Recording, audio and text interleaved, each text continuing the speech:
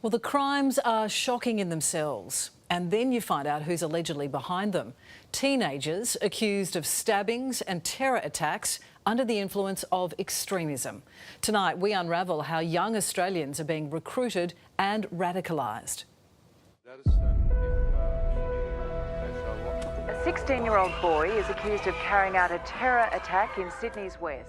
And another teenager has gone on a stabbing frenzy. An extreme ideology is an ideology that supports the use of violence to further that belief. Right now, somewhere in Australia, teenagers are being recruited, brainwashed with extremist ideology. Since 2014, 21 males from 18 and under have been charged for terrorism throughout Australia. At the same time, the authorities have thwarted over 40 terrorist attacks. Radicalised, angry, deadly. Officers were called here after the boy attacked a stranger. 6 times Bishop Ma Murray Emmanuel is stabbed before the congregation strikes back.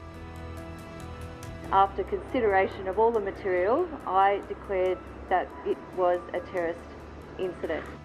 Teenage terror like we've never seen before. Is what we're seeing recently of grave concern? What we have to understand that a radicalised extremist, regardless of their age or gender, pose one of the world's greatest threats to people and human life. Dr. David Garwell is nationally regarded as an expert on counter-terrorism. He literally wrote the book for investigators. Once a person's been recruited to adhere to an extreme ideology, we then move on to the radicalisation stage. He spent the majority of his career as a detective working in the Joint Counter-Terrorism Team. Yeah, so I was with the JCTT for approximately 20 years. It's work that flies under the radar. Over that period, we investigated over 2,000 terrorism investigation threats. Now, these were verified threats that had some corroboration. One startling fact emerged. A vast proportion of those 2,000 investigations did include juveniles and males under the age of 18.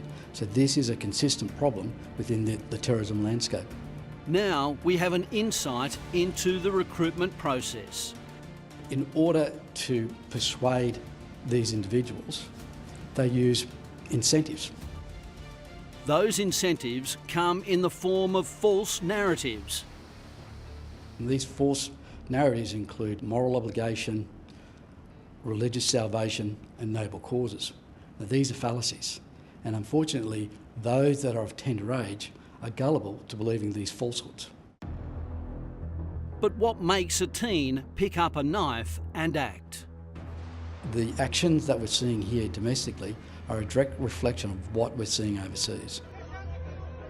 Dr. Garwell says the October 7 Hamas attacks last year have inflamed international tensions.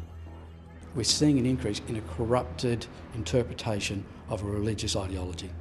And it's that corrupted interpretation that is feeding radicalisation of our teens. There's one constant in the process, and that's the existence of a corrupter or recruiter. They're usually well thought of within their community. The corruptors prey on the young to carry out their deadly, dirty work. These corruptors are very clever at their craft. These people are targeted because of their age, their vulnerability, and the lack of maturity and cognitive ability to critically push back and assess the false narratives they're being given. In effect, they're puppeteers pulling the strings.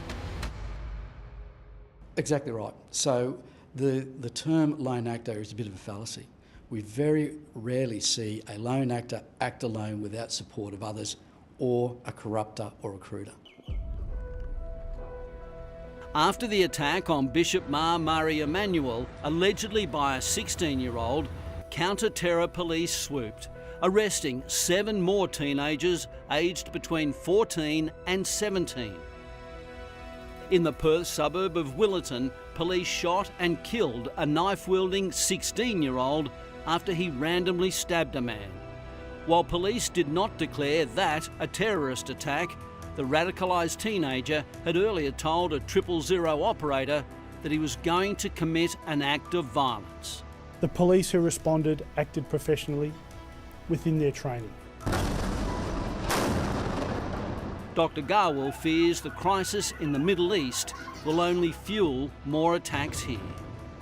And it's had a catastrophic impact throughout the world, and we're seeing that those impacts here in Australia with an increase in politically and religiously motivated violence.